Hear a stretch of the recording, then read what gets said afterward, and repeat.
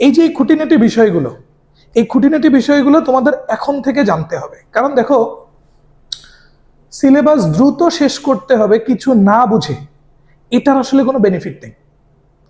তুমি বুঝে প্রত্যেকটা কনসেপ্ট ক্লিয়ার করে কোনো একটা ম্যাথ করার প্রসেস কটা থাকতে পারে, এই জিনিসগুলা জেনে তুমি সামনের দিকে প্রসিড করো, তুমি ভালো কিছু করবা।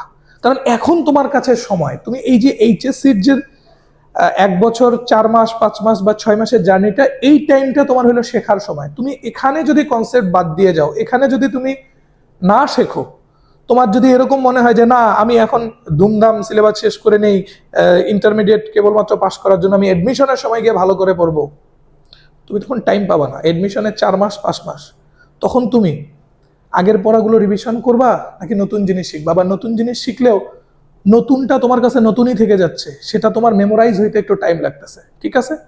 তাহলে এই যে তোমার এইচএসসির যে 1 বছর বা 1 বছর 4 মাস 5 মাস 6 মাসের জার্নিটা, তুমি এই সময় সবগুলা শেখো। তাতে তোমার সিলেবাস শেষ হইতে কিছুদিন দেরি হোক বাবা, নো প্রবলেম।